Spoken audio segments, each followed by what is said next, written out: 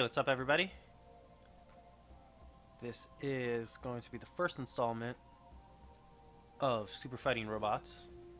Had some technical difficulties with the last one, the last stream, rather. Didn't exactly work out well.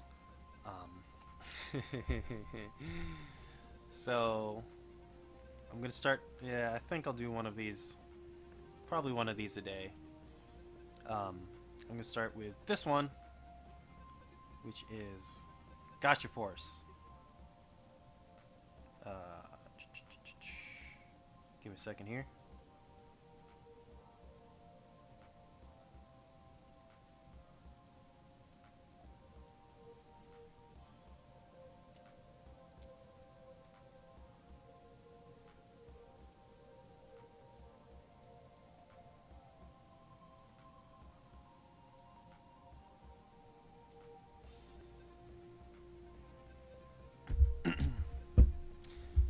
Okay, whatever. Let me start that over.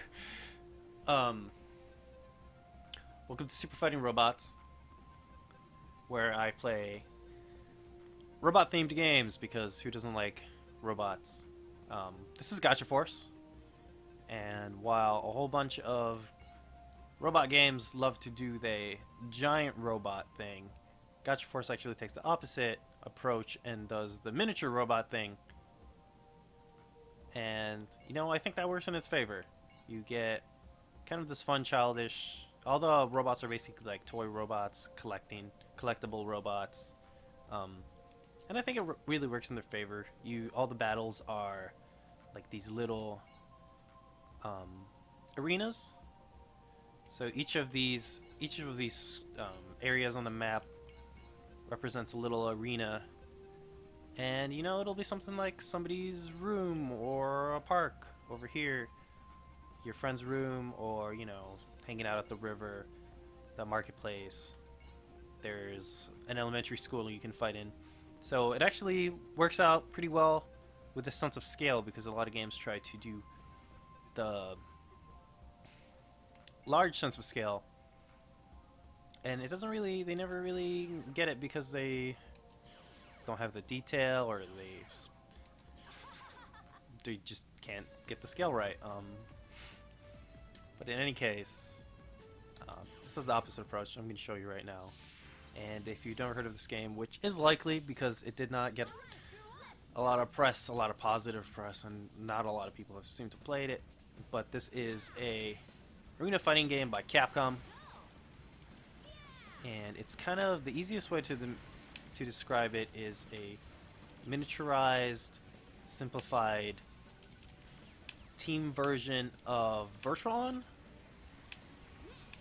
If you don't know what Virtual-On is, it is a arcade robot fighting game from SEGA that uses twin sticks to I guess simulate controlling a robot, but not really.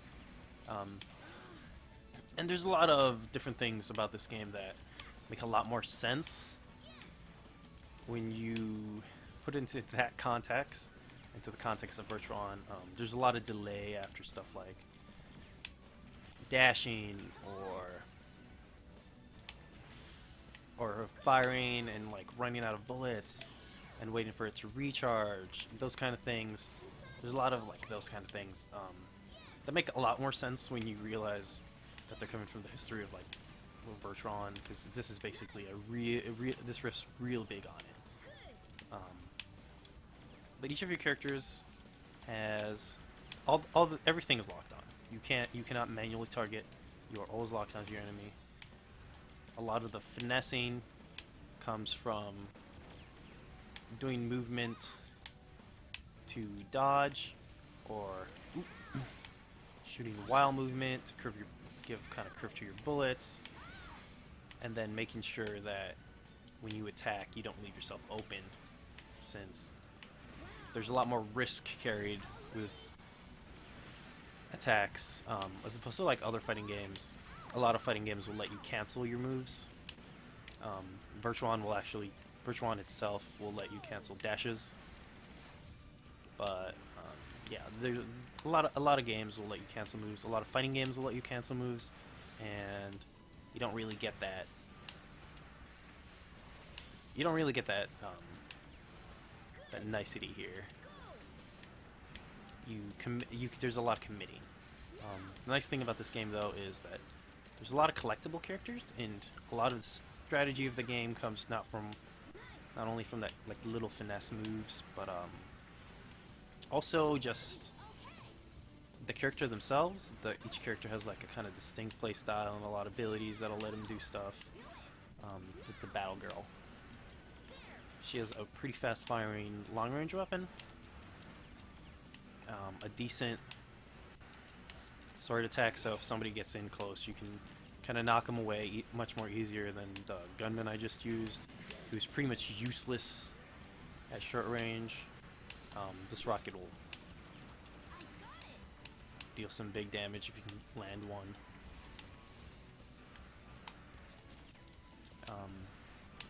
And then you just build a team out of these tiny collectible robots.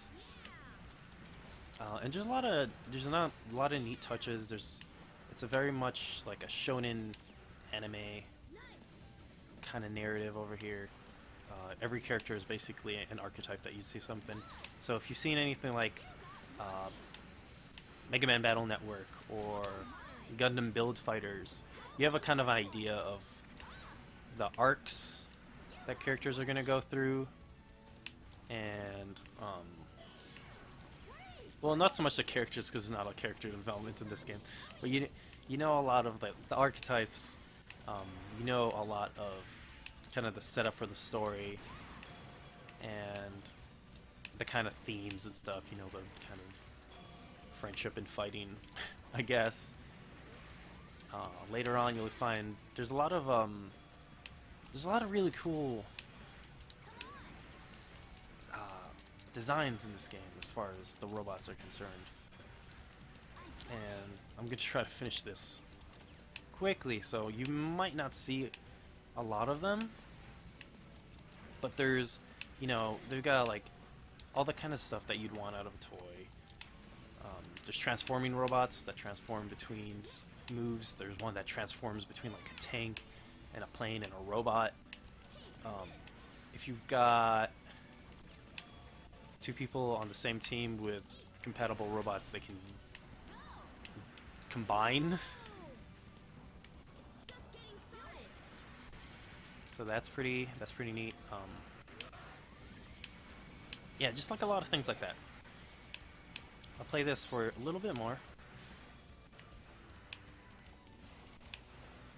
And this is G-Red over here. He's your main character's Mega Man-esque,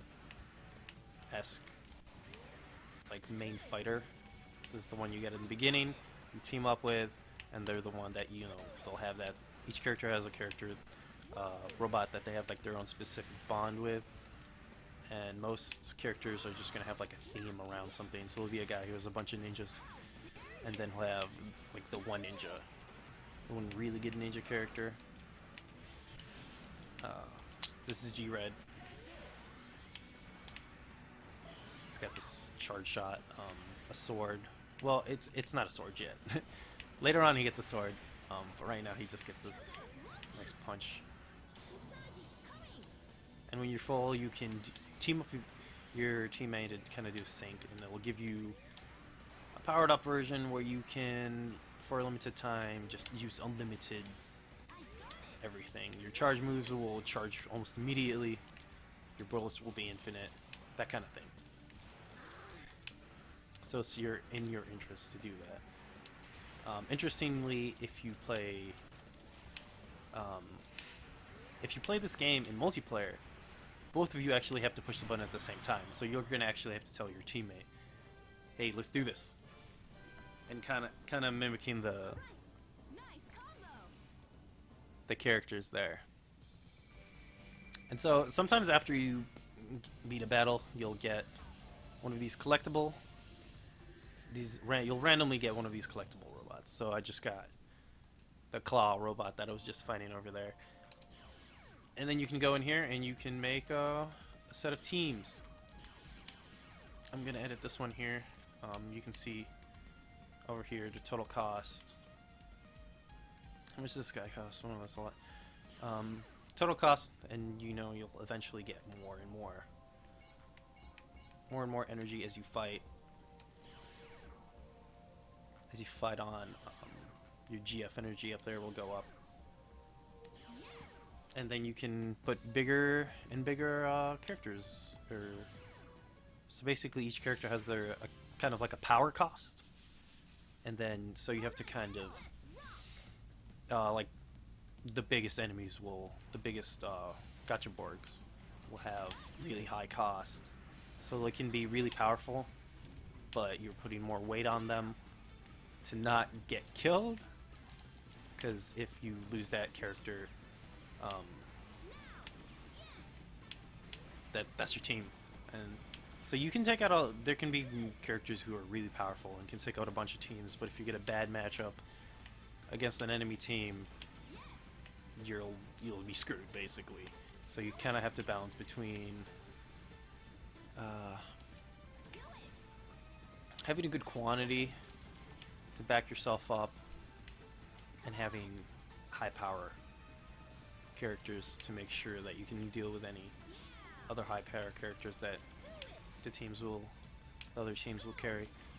There's also a multiplayer mode where if you can bring over your GameCube save on your memory card, stick it in the second slot, and then each use your own team setups. So you can kind of build teams, collect them. I believe you can trade them between save slots too. So if you have a friend who's playing the game, that kind of encouragement where, you know, they're pretty random. Sometimes you'll get rare ones, and then you can trade between each other just to build your favorite team, or, you know, a better team or whatever. And then you find them out. So there's a lot of strategy that comes from that. And it's not, I wouldn't say like it's a super high skill game, but there is a lot. There's a bunch to it.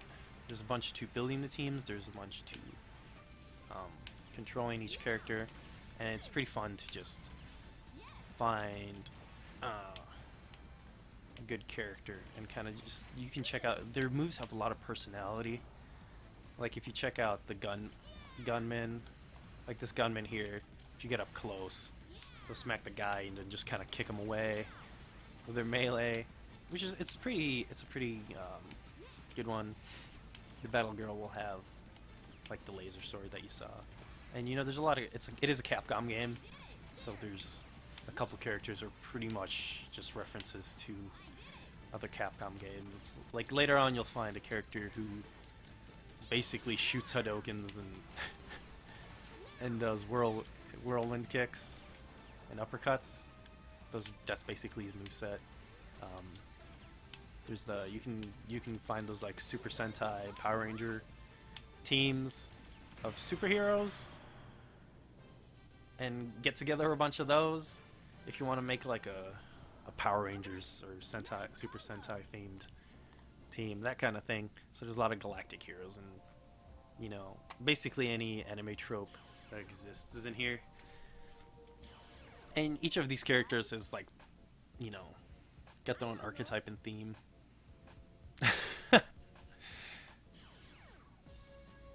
Like there's your spiky haired hero, and this is the kind of studious kid.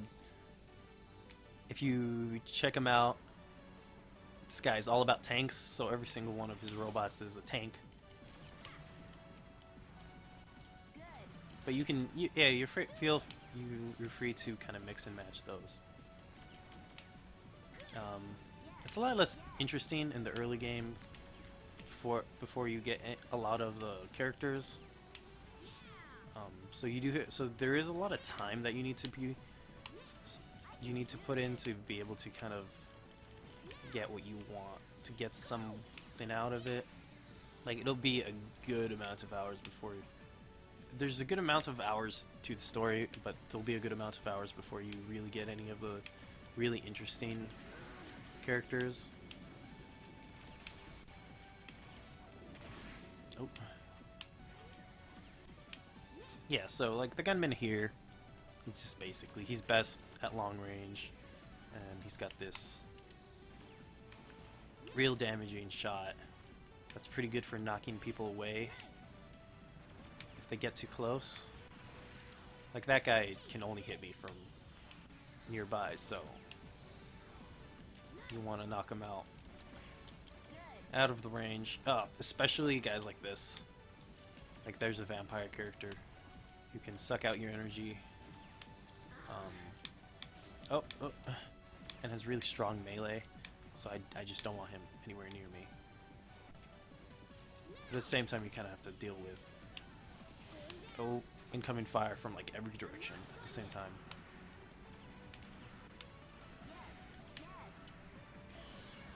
There we go.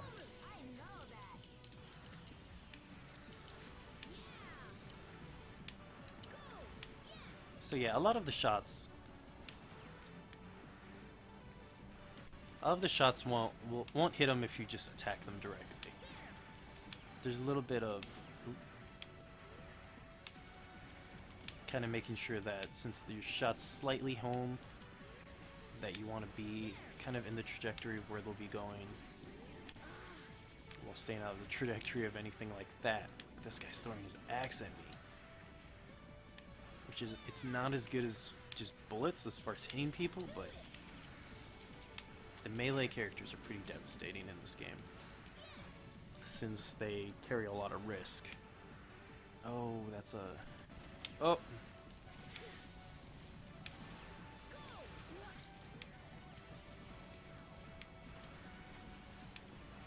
So yeah, that guy over there has a tether, and he can drop the tether everywhere, and then kind of pull himself back across it real fast if he needs to escape.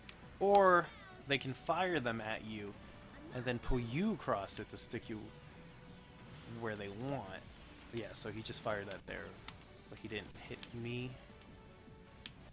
So there's a lot of strategy involved as far as getting people where you want them, as far as spacing, that kind of thing. But not a lot of execution, not a lot of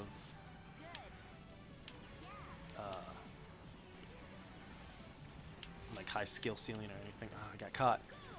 There's not a high skill ceiling as far as just general execution. Everything's pretty simple. It's just more about making those reads. And I'm not going to tell you that this is a highly in-depth fighting game or anything like that, but you know, it's collectible robots, or collectible toys. There's a ton of robots. Collectible robots, you know? Collectible toy robots. They have real nice designs. The art is really just... The art and character designs are... I wouldn't say they're inspired, but they are very well designed. The art direction holds up pretty well, considering this game is probably from like 2005. You know, the environments look pretty good. They're pretty sparse. They're no like Katamari or whatever, but you know, they hold up for the most part. Oh, look at that! I got a wire gunner. But yeah, that's Gotcha Force. You know, it's Capcom. It's a Capcom made game. It's got art by the guy who did pretty much a lot of the cover art for, you know, some of the later Mega Man X games, like Command Mission, that kind of stuff. You'll kind of recognize that artist. But it's just a very like playful, I guess, very playful